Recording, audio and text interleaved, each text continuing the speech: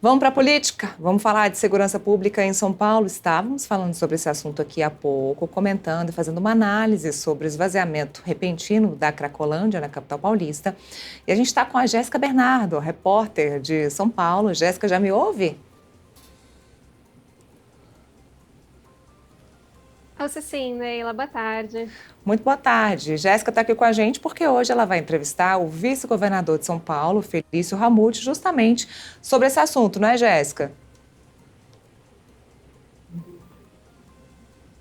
Exatamente esse assunto que tem dado bastante polêmica aqui em São Paulo nos últimos dias, Neila, e aí nós vamos receber o vice-governador aqui para esclarecer alguns pontos dessa história com a gente. Então eu passo a bola para vocês. Ah, já está aqui, o vice-governador, muito boa tarde, seja bem-vindo ao nosso boletim. Boa tarde, Neila, Jéssica, um prazer poder esclarecer sobre esse tema que tem sido bastante falado ao longo dos últimos dias. Vai ser uma grande oportunidade de esclarecimento para vocês e para toda a audiência que nos acompanha. Jéssica, eu passo a bola então para você, fica à vontade e eu estou aqui, se precisar perguntar também, vou abrir o canal aqui para fazer as perguntas. Por favor, fique à vontade. Muito obrigada pela participação, vice-governador. Bem, eu acho que a gente, para começar essa nossa conversa, podia falar um pouco sobre o cenário que a gente encontra atualmente ali na região do centro de São Paulo, né, governador? Nós temos ali, nos últimos dias, tivemos um esvaziamento daquele fluxo que se concentrava na região da Rua dos Protestantes. Mas ao longo da história da cidade de São Paulo, nós já vimos uma mudança de endereço da Cracolândia muitas vezes. Esse fluxo, em alguns momentos, já se concentrou na Rua Helvétia, também já ficou na Praça Princesa Isabel, em outros endereços ali na região do bairro da Santa Efigênia.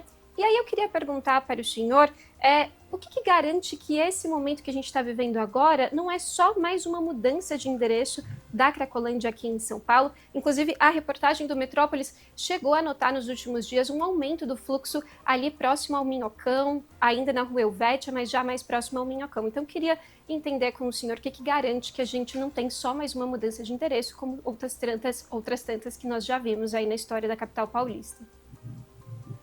Jéssica, seu diagnóstico sobre o passado, na minha opinião, está muito correto. Agora, a gente precisa entender o que aconteceu nos últimos 2 anos e 3 meses, vamos dizer assim, esse passado recente. Essa é a grande mudança na abordagem que se deu para um problema de mais de 30 anos que nós tínhamos aqui na cidade de São Paulo. No dia 2, eu vou fazer uma rápida retomada histórica para a gente chegar até os dias de hoje, né? No dia 2 de janeiro de 2023, o governador Tarcísio me deu a missão de ser o coordenador das ações em relação à cena aberta de uso, né, conhecida como Cracolândia, que nós chamamos como cena aberta. A gente evita usar o termo Cracolândia porque ele estava associado a um parque de diversões, como se fosse uma Disneylândia da droga. E as pessoas que estão lá não estão lá para se divertir, são pessoas em estado de vulnerabilidade que precisavam da presença do poder público, do governo do estado, da prefeitura. Bom, aí o que nós fizemos, o que eu fiz, junto com a minha equipe, a Gleuda, que me acompanha, nossa especialista nesta área também, que é a minha assessora aqui no gabinete. Primeira coisa, nós fomos escutar, né, especialistas que já tinham trabalhado sobre esse tema, muitos deles com essas missões que acabaram indo e voltando, como você bem colocou, sem qualquer tipo de viés também ideológico. Nós escutamos o pessoal mais de esquerda, mais de direita, tive com o padre Júlio Lancelotti, o Eduardo Suplicy, com vários especialistas. Primeira conclusão, clara, depois de escutar bastante, para saber o que nós íamos implementar a partir dali. Primeira conclusão, que é séria, mas também pode ser levada com bom humor, eu costumo dizer que se a gente juntar 3 especialistas nesse tema, serão 5 opiniões diferentes. O que a gente via é que, às vezes, a própria pessoa tinha opinião diferente sobre este mesmo tema. E aí, qual foi o caminho que nós encontramos? Nós fomos focar naquilo que era de consenso, aquilo que era comum na colocação que cada um fez ao longo da sua história de trabalho e de contribuição também em relação àquela cena aberta de uso. Então, o que nós fizemos foi focar naquilo que era comum. Eu lembro, e você deve lembrar também, Jéssica, que muitas pessoas diziam que o governador Tarcísio, como era conservador, iria internar todo mundo com internação compulsória, que seria isso. E o que nós fizemos foi justamente o contrário. Nós criamos um plano bastante consistente, pouco divulgado, é verdade. Nem sei se o Metrópole estava naquela coletiva quando a gente divulgou o que nós iríamos fazer para enfrentar esse problema de mais de 30 anos. E fizemos um planejamento muito claro, transparente. Esse documento está disponível até hoje, para quem quiser, justamente para fazer o cheque se tudo aquilo que a gente se comprometeu a fazer foi de fato executado. Como foi, mas tem muita coisa ainda para ser feita. Mas vamos lá. E o que estava incluído ali? Você viu que logo na abertura, né, a Neila fala em uma questão de segurança pública. Esse era um dos problemas. Aquele problema, aquela situação tinha que ser encarada como um problema multidisciplinar. Muita gente fala sobre isso o tempo todo quando vai falar de Senabel, mas não pratica sobre isso. E o que nós vamos fazer foi justamente o contrário. Procurar falar pouco sobre a cena aberta de uso, por isso que talvez com esse resultado dos últimos dias surpreendeu muita gente, mas na verdade era um trabalho que a gente vinha acompanhando, a queda paulatina, a desidratação ali do número de pessoas. Mas aí nós apresentamos um plano que envolvia saúde, né, isso foi em março de 2023, um pouco mais de um ano. E ali a gente falou sobre a criação do Hub de Cuidado com Crack e Outras Drogas. Foi um equipamento fundamental nessa história toda, nessa história recente da cena aberta de uso. Era um prédio de um atendimento de saúde com mais de 400 funcionários, que funciona 24 horas por dia para atender os usuários da cena aberta de uso. Nós fazíamos a abordagem lá na cena aberta, no convencimento, e levávamos esses usuários lá para o Hub. E o Hub, como o nome diz, é um concentrador. Ele recebia aquelas pessoas, fazia os exames, fazia todo o cadastramento daquele usuário, a qualificação, a avaliação de cada usuário, e aí criava uma linha de cuidado individualizada para cada um. Se aquele usuário precisava de uma internação para desintoxicação, ele passava a ser encaminhado a isso. Se ele podia ir para uma comunidade terapêutica, também. Depois criamos um outro equipamento que eu já vou dizer já, que chama Casa Terapêutica. Tem 40 na cidade de São Paulo, 40 casas terapêuticas. Não existia até 2 anos e 3 meses atrás. Mas vamos lá. A partir dali, a gente começou então com esse trabalho do Hub voltado à saúde. Na assistência social, as equipes da prefeitura também atuando dentro da cena aberta de uso. E eu lembro, Jéssica, eu repeti várias vezes isso para a imprensa lá em janeiro, falei, o centro de São Paulo é terra de ninguém. O melhor lugar para se esconder no Brasil é na cena aberta de uso, na Cracolândia. Lá você vai conseguir se esconder da sua família, vai conseguir se esconder da polícia, porque o poder público não atuava ali. O poder público chegava perto dali, mas nunca ali dentro. Ele não tinha a vivência do dia a dia daquelas pessoas para justamente poder tomar suas atitudes. E é isso que mudou completamente em relação às outras ações. Esse assunto sempre estava associado à segurança pública, e a segurança pública é uma das ações importantes para que a gente conseguisse o resultado que nós temos até hoje. Então vamos lá. O que a gente fez? Saúde. 22 mil internações e acolhimentos em comunidades terapêuticas. 22 mil. Aí você pode me perguntar, mas Feliz, tem 22 mil usuários lá na Cracolândia, na cena aberta de uso? Eram usuários de lá de dentro da Cracolândia e usuários da região central da cidade de São Paulo, que nós encaminhamos para internação. E, inclusive, esses 22 mil necessariamente são 22 mil pessoas, porque a gente tem usuários que foram internados 3, 4 vezes, faz parte da história de tratamento, principalmente para o uso de crack. Quem já usou crack, dificilmente na primeira internação consegue um resultado adequado, né? A recaída faz parte do tratamento e nós nunca nos negamos a internar quem quer que seja, porque ele já tinha se internado e depois não conseguiu levar o tratamento até o fim. Muito pelo contrário. Se ele procurava o serviço, a gente ficava mais entusiasmado, porque ele ia ter uma segunda, ou terceira, ou quarta oportunidade de buscar um novo caminho. Então, fizemos isso através do 22 mil. Hoje, neste momento, nós temos 1.200 usuários nos nossos hospitais especializados, nas nossas clínicas e casas terapêuticas. Agora, né, Metrópolis, a qualquer momento, pode visitar, junto, a gente pode levar, conhecer a história de vida desses usuários que saíram da cena aberta de uso, estão hoje em tratamento, né? E nós vamos acompanhar também a jornada, essa foi mais uma diferença. Não foi fácil de fazer, não está ainda aquilo que eu considero o ideal, esse acompanhamento, mas nós já fazemos hoje um acompanhamento desta pessoa que está lá numa clínica, às vezes em alguma outra cidade, e quando ele terminar o tratamento ou pedir para sair, às vezes antecipadamente, a gente consiga dar as próximas etapas dos cuidados para eles. Seja através de um CAPS, seja através do próprio Hub, seja através de um CIAT, onde ele passa a morar dentro de um CIAT, ou de uma casa terapêutica nossa. Então, acompanhar a linha de cuidado. Olha que eu só falei da saúde. Vou rapidamente agora falar do social. Nós temos hoje 900 usuários que passaram pela jornada de cuidados, já estavam numa situação onde eles podiam prestar serviços para o município. Eles recebem o POT, Programa Operação Trabalho. R$ 900 por mês, eles ajudam na zeladoria da cidade e estão trabalhando, assim como muitos outros que estão trabalhando com carteira assinada, depois de terem as suas jornadas de cuidado. Então, saúde e social. E aí, por último, falar da importância da segurança pública e um pouquinho da habitação também. Na segurança pública, nós fizemos 50 operações sem vamos dizer assim, serem operações midiáticas, né? Eram operações feitas com muito cuidado, para abordagem serem aos usuários, para qualificar, pela primeira vez, desde os últimos 30 anos, que nós sabíamos exatamente quem estava na cena aberta de uso. A gente sabia quem estava lá na semana anterior, qual era o histórico de cada um. As operações tinham como objetivo qualificar aqueles usuários, saber quem era aquele seu João, aquela dona Maria, qual é a história dele, e tentar, baseado nisso, inclusive ferramentas de convencimento melhores.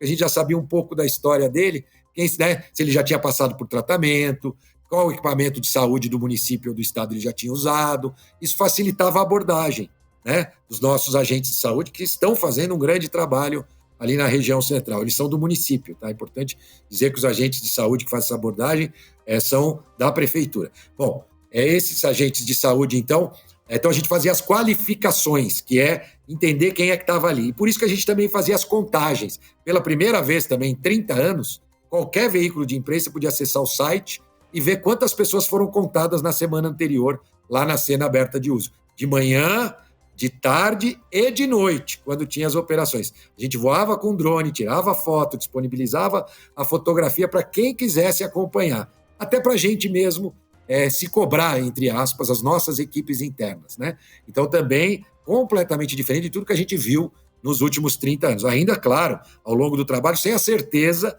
de que esse resultado, de fato, desse certo. Por isso que, aos pouquinhos, a gente vai ajustando as estratégias. Eu costumo dizer que a gente, com certeza, acertou muito mais do que errou em todas essas ações, por isso que a gente até surpreendeu alguns veículos de imprensa, alguns formadores de opinião, até a oposição se surpreendeu quando viu o resultado. Ficou até meio sem argumento em relação ao que aconteceu. Então, nós temos 50 operações, 1.000 presos, traficantes presos, não usuários. 1.000 traficantes, mas preso como? Com imagem. A gente tinha 10 câmeras só dentro da Cracolândia, da cena aberta de uso. 10 câmeras com inteligência, reconhecimento facial, nós já sabíamos quem era cada um. A gente tem um mapeamento de quem eram os disciplinas do tráfico, porque o disciplina é aquele que botava ordem ali, para que tivesse um mínimo de regras. Nós apresentamos uma lista de disciplinas para o Tribunal de Justiça, até para tentar prendê-los. Infelizmente, a Justiça entendeu que apenas o fato deles serem disciplinas não enquadrariam eles dentro de algum código criminal e não nos permitiu que eles pudessem ser presos. Mas aí nós atuamos nos traficantes. E o que a gente viu, para resumir e finalizar, né, a gente viu uma realidade de 2.500 pessoas, usuários, que interessava muito ao tráfico. Imagina você ter 2.500 clientes 24 horas por dia consumindo o seu produto. A gente tinha aquela cena de tijolo de crack sendo cortado e vendido ao ar livre em pleno centro da cidade de São Paulo, uma das cidades mais importantes do mundo, a maior da América Latina. É algo, de uma certa forma, até inconcebível, né? A comercialização livre e, eventualmente, o consumo. Quando a diminuição começou a acontecer do número de usuários, passou a ser menos interessante para o tráfico. Então, no último mês, nós tínhamos por volta de 60, 80 pessoas. Quem a gente prendia de traficante já era muito diferente dos traficantes que a gente prendia no início do nosso trabalho. Já era como se fosse traficante de quinto escalão do tráfico. Os últimos que nós prendemos tinham R$300 no bolso, 20 pedras de crack. Então, a gente percebia que deixou de ser interessante, passou a ser desinteressante.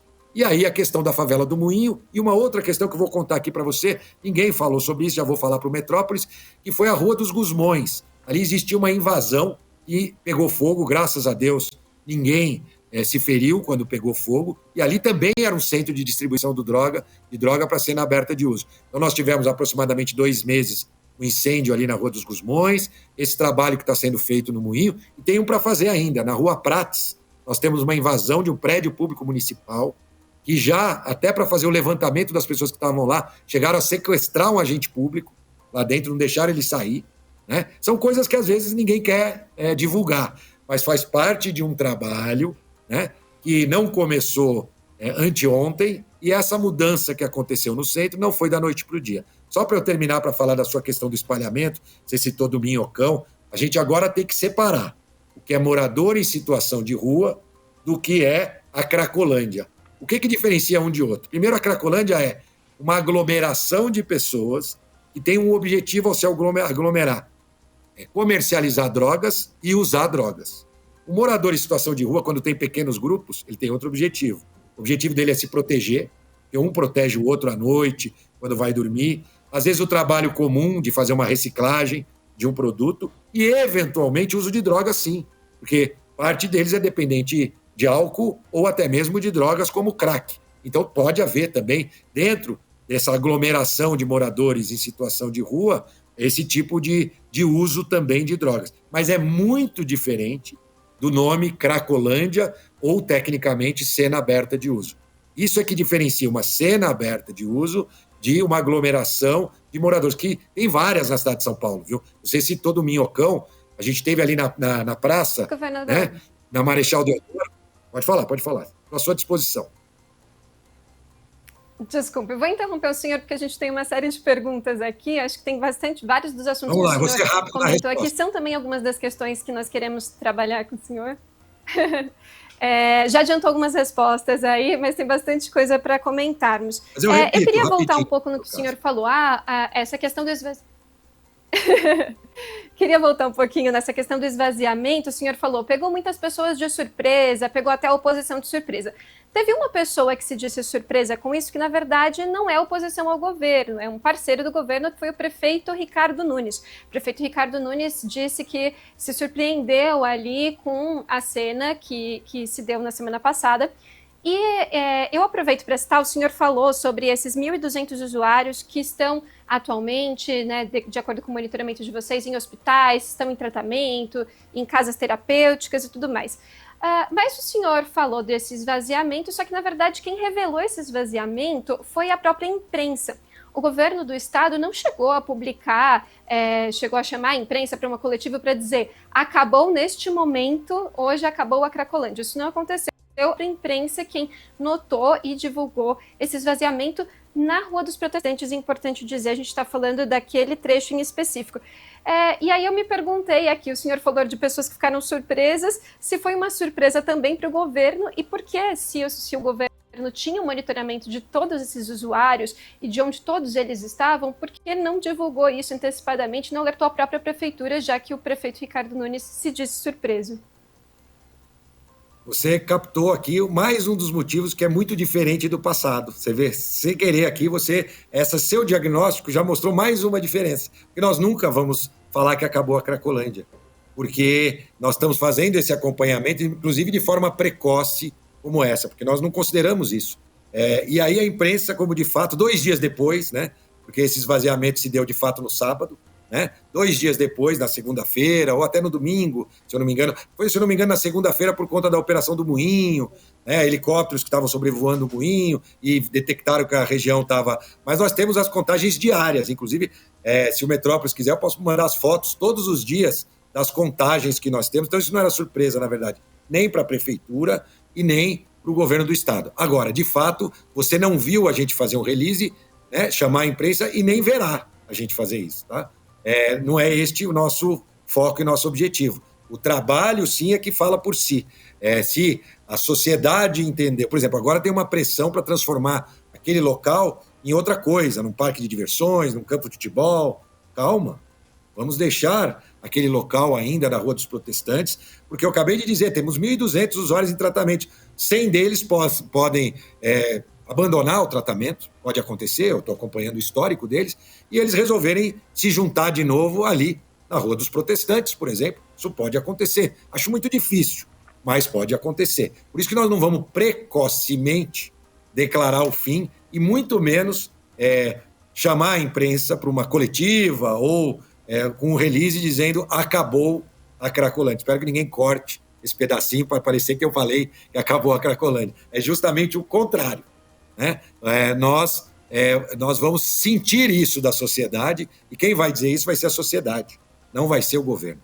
Então, isso já mostra mais uma diferença em relação aos trabalhos anteriores. Você falou também sobre o prefeito, né? A colocação do prefeito, que se surpreendeu. O vice-prefeito é que fazia as reuniões semanais, eu me reúno semanalmente com grupos de saúde, grupo social, grupos de segurança pública. O vice-prefeito também se reuniu comigo na quinta-feira anterior àquele sábado e domingo, né? Na sexta-feira anterior àquele sábado e domingo. Portanto, todas as ações que nós estabelecemos semanalmente, são ações com o objetivo de desidratar a cena aberta de uso.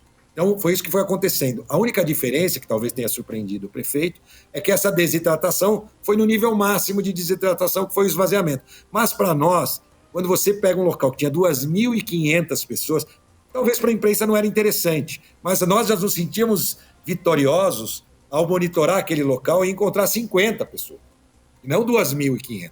Para a imprensa, talvez essa imagem não era tão forte, porque eram pessoas também em vulnerabilidade, pessoas que numa situação degradante, naquela concentração, alguns até fazendo necessidades ali naquele local. Então não era uma cena bonita de se ver, de fato.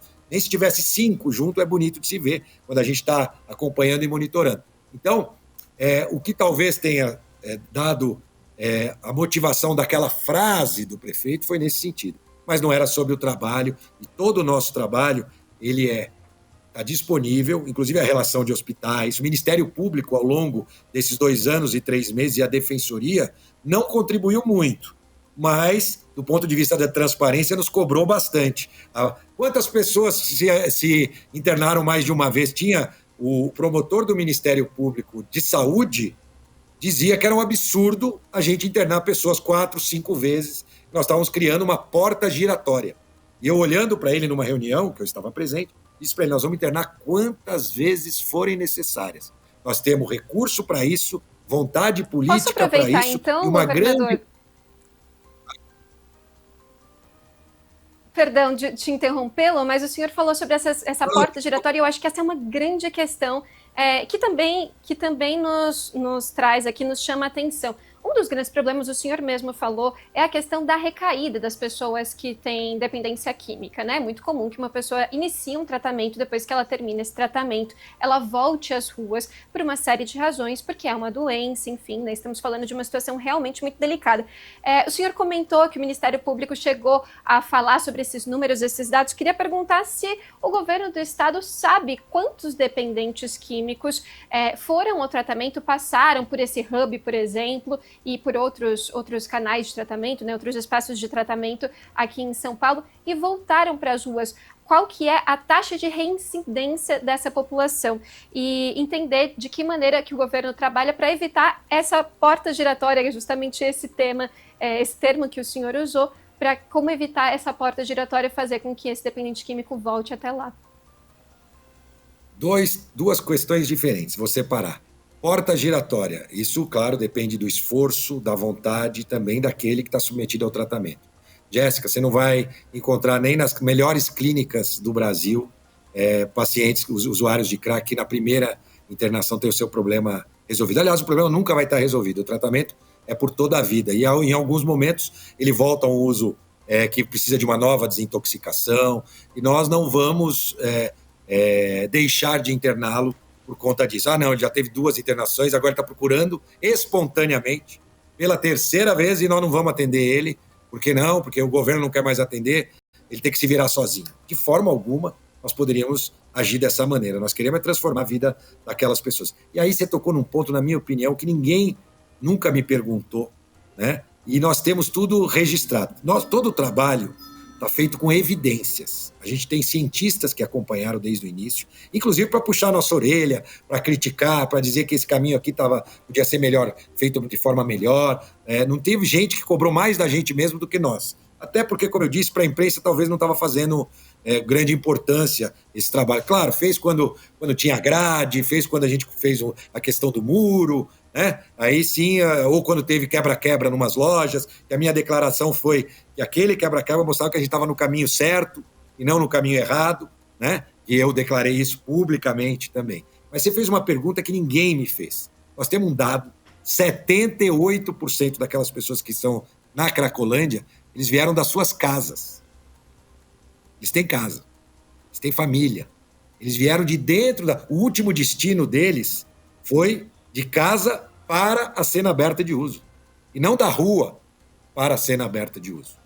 Então, olha só que coisa interessante. Por isso que é diferente de você dizer as pessoas que estão cuidadas voltaram para a rua ou não voltaram para a rua. São duas questões completamente diferentes. Posso dizer sem medo de errar. A grande maioria, inclusive, pode ter, não só não voltou para a rua, isso é fato, a grande maioria, os dados estatísticos mostram que esse índice é muito pequeno, porque mesmo que ele tenha futuras recaídas, ele consegue reconstruir até laços familiares, porque ele cria uma nova situação dentro da própria família.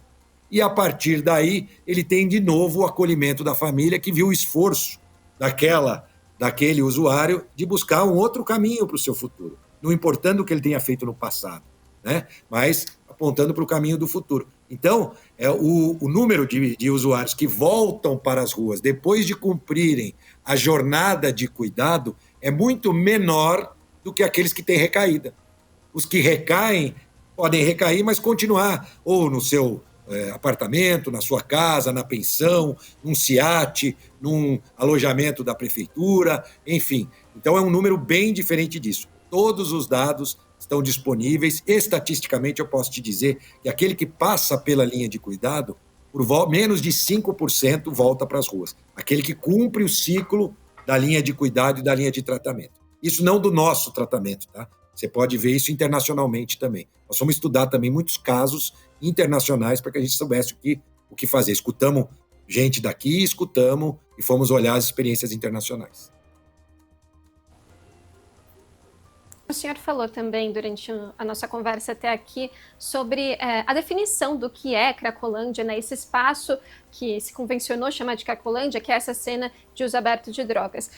Me lembrei aqui de um dado que também nos chama a atenção, que o senhor falou desse comércio que acontece, né, que é diferente da pessoa em situação de rua, que vive nas ruas, que eventualmente faz uso de álcool e outras drogas, mas que não está ali numa cena de uso aberto, porque a gente, quando fala sobre esse assunto, segundo a definição do senhor, é quando há um comércio ali.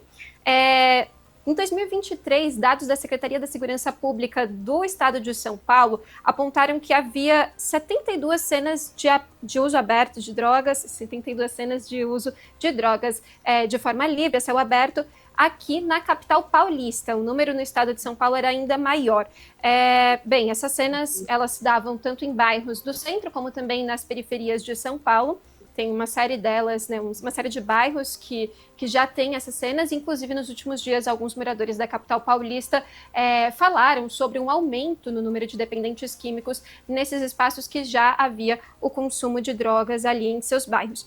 Eu queria perguntar para o senhor quantas cenas nós temos hoje. Esse dado que eu citei é de 2023, é de um levantamento que saiu por um jornal, né, um outro veículo, foi baseado, né, Lei de Acesso à Informação, foi baseado nos dados da Secretaria de Segurança Pública. Queria perguntar se a gente tem essas cenas aqui na capital paulista, um número atualizado de quantas são e onde elas estão, e também o que o governo tem feito para evitar que esse problema que a gente visualizou no centro de São Paulo por tantos anos, que está nesse momento, nesse trabalho aí, para que se encerre, que esse problema se repita também nas periferias da capital paulista e, eventualmente, em outras cidades da região metropolitana ou do interior do estado.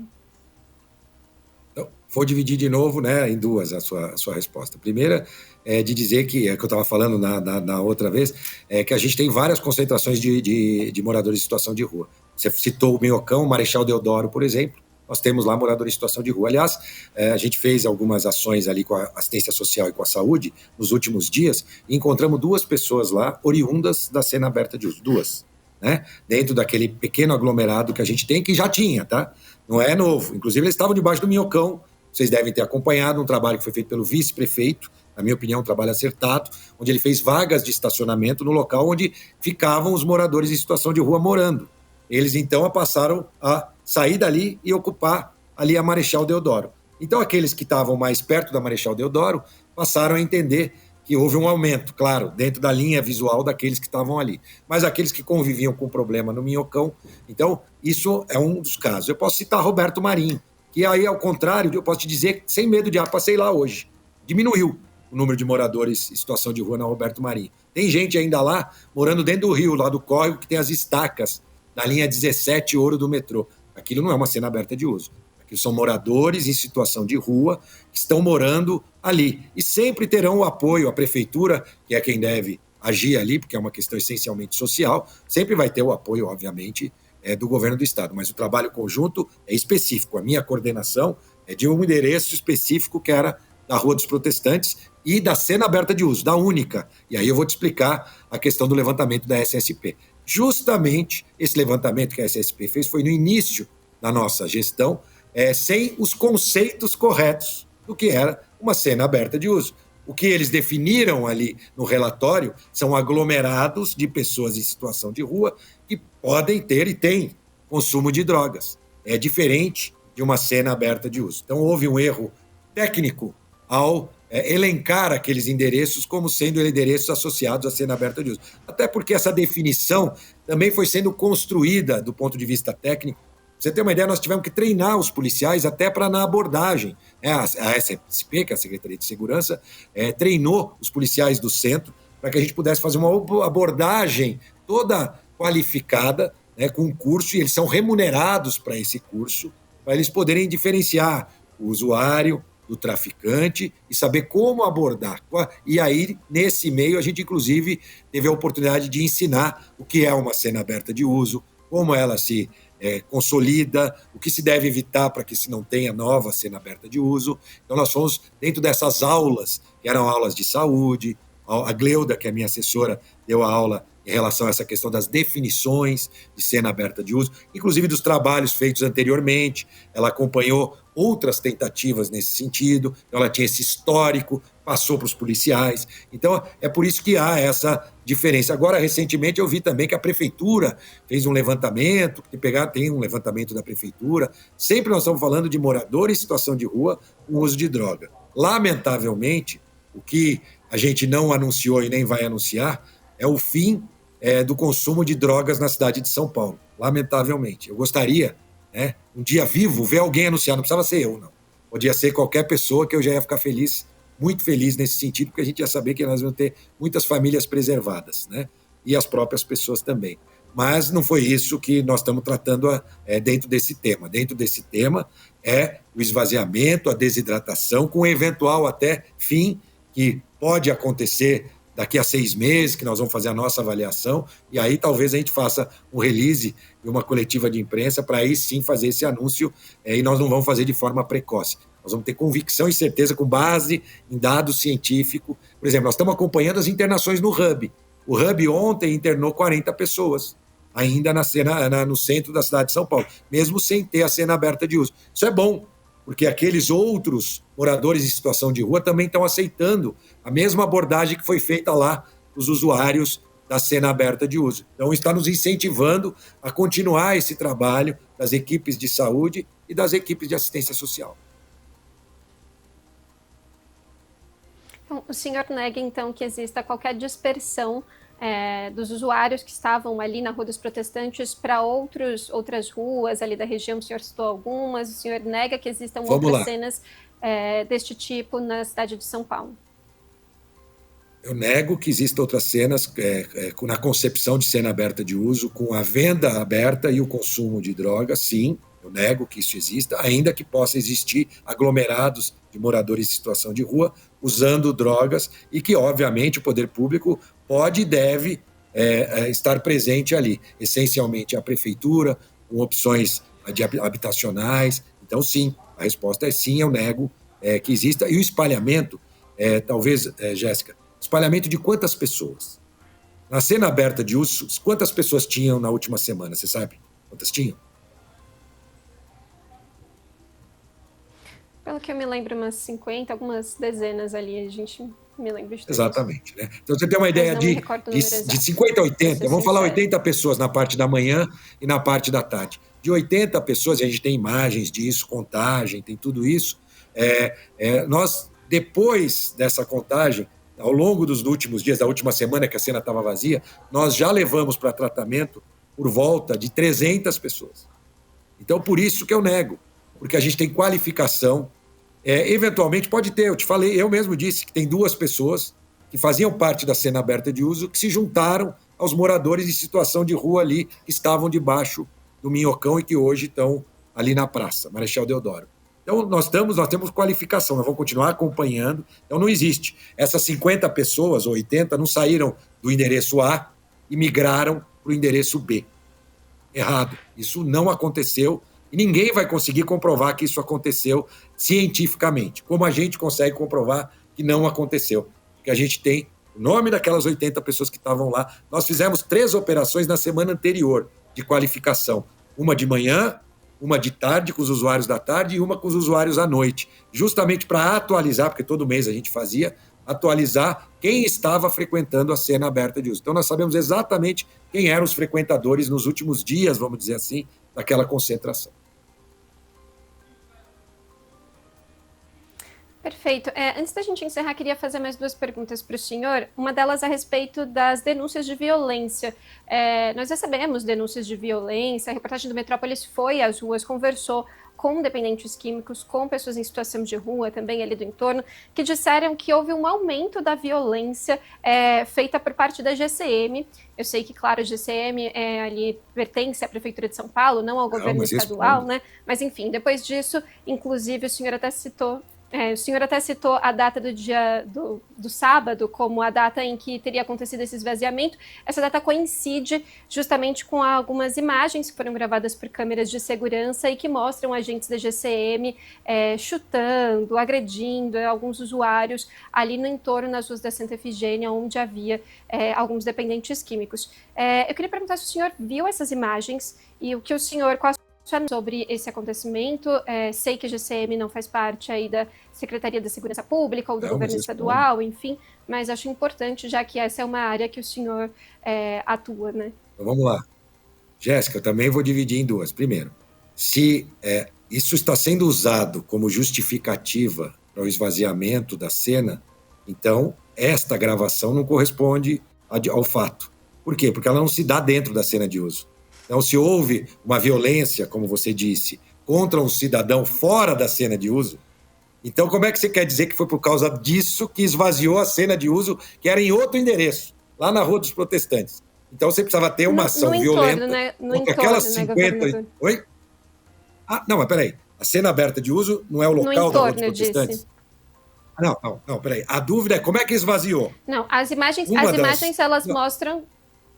As imagens, elas mostram agressões no entorno ali das ruas da Santa Efigênia, foi o que eu disse. Então e as denúncias que o Metrópolis recebeu, aí sim, são das ruas dos protestantes e de outras. Então vamos lá. Então vamos falar 2 coisas. Eu ainda não cheguei na denúncia. Eu só estou falando do conceito. Se a denúncia os usuários saíram porque a GCM ou a Polícia Militar foi violenta com eles, certo? Por isso que eles saíram fora da Rua dos Protestantes, a violência tinha que ter acontecido na Rua dos Protestantes. Nós não temos nenhuma imagem, absolutamente nada nesse sentido. Isso é um ponto, ok? É o primeiro ponto. E eu não estou com isso negando aquelas imagens onde a gente viu, de fato, a ação da GCM. Eu só estou negando querer conectar uma imagem de uma eventual violência de alguém que pode ser um usuário, porque também a gente não tem certeza, e a GCM está apurando, né, em relação ao esvaziamento da cena aberta de uso.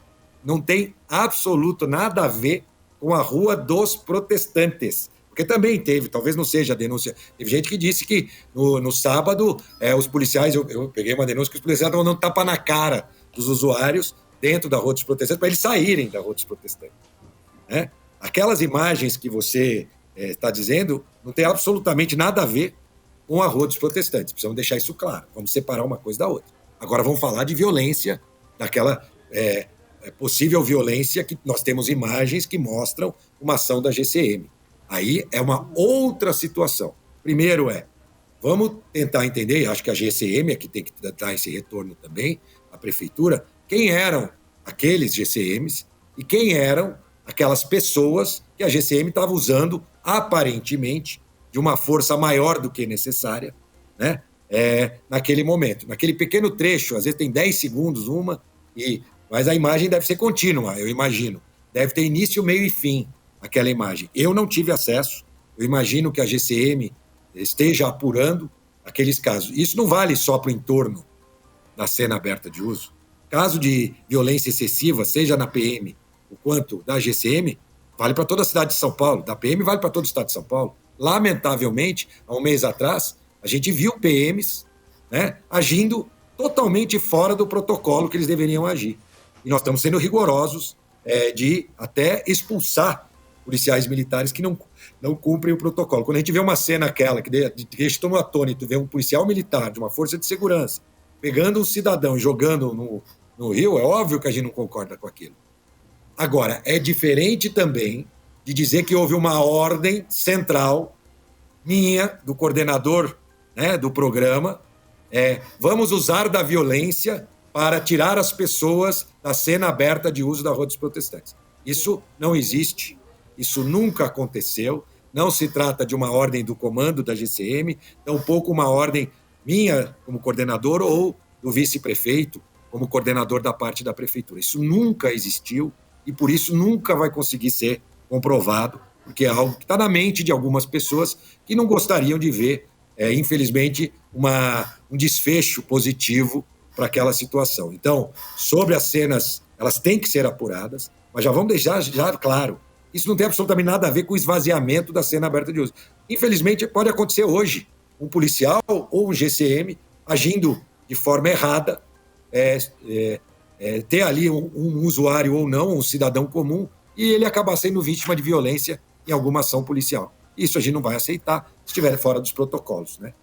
Então, deixar muito claro que as imagens que não foram fáceis de serem conseguidas, né? Parece que foi um trabalho de investigação, e eu dou todo o mérito para quem conseguiu acessar essas imagens. Nada tem a ver com a situação da Rua dos Protestantes ou esse esvaziamento, entre aspas, né, para vocês, repentino da cena aberta, até porque, repito, ela não foi na Rua dos Protestantes. Agora, denúncia de um aqui, de um ali, acho que o Metrópolis deve apurar, né, todas as denúncias, né, você falou que você tem uma de gente aí que falou que teve violência na Rua dos Protestantes. Deve apurar. Nós temos câmera lá, temos 10 câmeras lá, e eu posso te dizer que por parte da coordenação, nós apuramos todas as imagens e não encontramos uma violência sequer, nem no sábado, nem na sexta, nem no domingo, dentro da Rua dos Protestantes, e muito menos ordenamos às forças de segurança qualquer tipo de nova atitude em relação à cena aberta, usando de força maior, sem justificativa, é claro, o que inclusive poderia colocar abaixo 2 anos e 3 meses de trabalho. Então, nós não seríamos irresponsáveis de, depois de 2 anos e 3 meses, fazendo tudo isso que eu te contei que a gente fez, de jogar tudo a perder, dizendo para bater na cara, como já foi dito, daqueles 50, 80 usuários que ainda permaneciam na Rua dos Protestantes. As operações, né, e as abordagens da polícia continuam na região central, por isso o trabalho da imprensa é importantíssimo também, né, para apurar um eventual abuso. De lá para cá, vou dizer, em tempo real, eu ainda não vi uma matéria sequer que mostrasse violência por parte da GCM ou da PM. De lá para cá, de domingo em diante, eu não vi uma matéria com imagens que mostrasse essa ação violenta da GCM ou da Polícia Militar. Que bom, né? Agora, talvez sejam imagens anteriores, ou podem acontecer de situações, eventualmente, do mal profissional, e que absolutamente tem nada a ver com a questão da cena aberta de uso. Perfeito. Queria, antes de encerrarmos, fazer uma última pergunta, que é: o governador Tarcísio de Freitas chegou a tuitar, né, que a Cracolândia vai acabar. Com essas palavras, que a Cracolândia vai acabar justamente pelo trabalho que vocês têm feito ali na região. O senhor tem sido um pouco mais cauteloso, eu diria. Tem dito que ainda não acabou, que é um trabalho que tem alguns meses aí pela frente. Eu queria perguntar para o senhor se o senhor acha que ela de fato vai acabar e quando que isso vai acontecer, se isso acontece ainda durante essa gestão ou não. O que eu falo, né, é a mesma fala, só que eu estou dizendo, nós não vamos anunciar precocemente que a Cracolândia acabou. E o governador não anunciou que a Cracolândia acabou.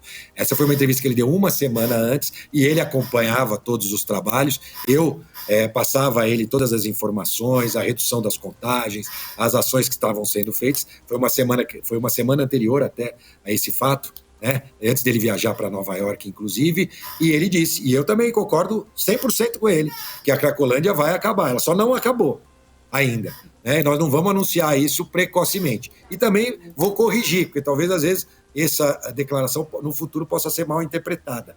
Eu estou querendo dizer que a Cracolândia vai acabar no futuro, mas, infelizmente, eu não posso afirmar que o consumo de drogas na cidade vai acabar, ou no estado de São Paulo vai acabar. Eu gostaria de poder ter a mesma convicção para dizer isso, e o governador também. Por isso que ele fala sobre o fim da Cracolândia e que esse fim acontecerá, não aconteceu, né? Mas ele acontecerá. E no momento que vai acontecer, aí sim a gente vai fazer o release, a gente vai chamar a imprensa para anunciar esse fim. Mas, de forma alguma, nós não vamos cometer o erro de outras administrações que anunciaram precocemente o fim da Cracolândia. Vale dizer, hein, também, quando isso acontecer, né, espero que em 6 meses, até o fim desse ano, a gente consiga, de fato, fazer este anúncio oficial, o trabalho tem que permanecer, por incrível que pareça. Não se trata de um anúncio de início, meio e fim.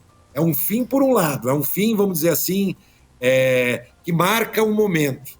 Mas todas as ações devem continuar acontecendo com o risco da gente poder ter, no futuro, depois que a gente anunciar o fim, até mesmo o retorno da cena aberta de uso. Então, por isso que esse trabalho, apesar, porque fica parecendo, quando a gente conseguir, de fato, ter a convicção e de poder dizer a Cracolândia agora, de fato, acabou, quando a gente chegar neste ponto, né, aí sim nós vamos anunciar, inclusive, quais são as medidas dentro da nossa gestão para continuar contendo uma futura. Aliás, hoje, eu estou falando com você aqui, nós estamos tendo mais uma operação nesse momento de fechamento de bares e ferros velhos com conexão com o crime organizado. Ontem nós fechamos um bar que servia de ponto de distribuição. Você vê, já não é mais a céu aberto, já estava dentro do bar a droga, né? A droga estava dentro do bar. Nós fomos num bar e lá no bar nós encontramos uma boa quantidade de crack, uma boa quantidade de dinheiro, né? E fechamos imediatamente, porque tem um novo decreto, foi publicado pelo prefeito Ricardo Nunes, que agora permite, quando encontrar algo ilícito, sem a procedência dentro de um estabelecimento comercial, que ele possa ser fechado imediatamente de forma administrativa. A gente já fez isso naquela operação com GAECO, foi uma operação feita pela Polícia Civil, mas ali não era administrativa, era judicial. É muito mais rápido e ágil se a gente puder fazer de forma administrativa. Nós já estamos fazendo. Então o trabalho não terminou. E no dia que a gente eventualmente anunciar esse fim da Cracolândia, o trabalho também não vai ter se encerrado. Ele vai ter que permanecer. E, por fim, vou dizer a você, apesar de não ter sido a pergunta, todos os dados científicos estão sendo compilados nesse momento, inclusive para que a gente possa, parte dessa estrutura, a gente possa oferecer para outras cidades, não que sofrem com o fenômeno de cena aberta de uso, mas de moradores em situação de rua. E precisam criar essa rede de cuidados também para os moradores em situação de rua, oferecendo um mini hub, vamos chamar assim, e os acessos ao serviço. Até porque a gente acredita que a gente vai, ao longo dos próximos meses, poder ter ainda mais vagas à disposição desses prefeitos e prefeitas do interior, para que também eles possam. Tem sido um problema, eu tive ontem em São José do Rio Preto. Morador em situação de rua, por incrível que pareça, foi um dos principais problemas que o prefeito, Fábio, me pediu uma ajuda. Morador em situação de rua. Agora, eu até brinquei e vou dizer de novo, lá também em Rio Preto tem gente que diz que está aumentando o morador em situação de rua porque saiu aqui da Cracolândia. É óbvio que isso é um absurdo, né? E a sensação é bem diferente da realidade. Então não existe essa... não, eu tô aqui no meu bairro aumentou os moradores aqui em situação, ou aqui no meu bairro aumentou a Cracolândia que tem aqui. Isso é uma sensação. A gente não pode, fazendo um trabalho técnico, científico, com evidências, se curvar a querer questionar um trabalho como esse com uma sensação do cidadão A e do cidadão B. Ele pode sim contribuir, dizendo, olha, tem um aumento aqui da população em situação de rua. Agora, concluir que isso se deve à cena aberta de uso que migrou de lá para o bairro do Cambuci, aí, ou para o bairro lá da Roberto Marinho, aí é um pouco demais, mas a gente pode ser chamado e a gente pode ir lá qualificar para ver se realmente eram pessoas que passaram pela cena aberta. Tudo onde a gente foi, a gente já constatou que não eram. Perfeito, muito obrigada, vice-governador, pela entrevista, por esclarecer todos esses pontos aí. Canal sempre aberto aqui no Metrópolis para falar sobre esse assunto, que é um assunto extremamente importante. Eu volto a Neila, que continua aí a nossa programação hoje. Muito obrigada, vice-governador. Eu aproveito para agradecer também, vice-governador, muito obrigada, viu, por sanar as dúvidas de todos que estão nos assistindo, assunto que a gente já vem tratando aqui no Boletim, já tem mais de uma semana aí sobre a Cracolândia em São Paulo. Obrigada. Eu que agradeço a oportunidade, importante nesse tema tão complexo, né? É o que a cidade viveu, né? E ainda vive na questão dos moradores em situação de rua e também aí no nosso trabalho que a gente permanece no centro, é que todas essas abordagens deixem a ideologia de lado e que a gente possa discutir sempre de forma transparente, do olho no olho, mostrando o caminho que nós seguimos e, claro, a gente sempre pode corrigir rotas. As contribuições sempre serão bem-vindas para que a gente possa continuar transformando a vida das pessoas, dando dignidade para essas pessoas que não conseguiram enxergar um dia à frente do seu futuro. E hoje temos muitas boas histórias. Eu tenho certeza que o Metrópolis um dia vai ter a oportunidade de divulgar também essas boas histórias de gente que estava na Cracolândia, depois desses 2 anos e 3 meses de trabalho, mudou as suas vidas. Obrigado e que Deus abençoe a todos. Obrigada. Jéssica, obrigada, viu? Até a próxima.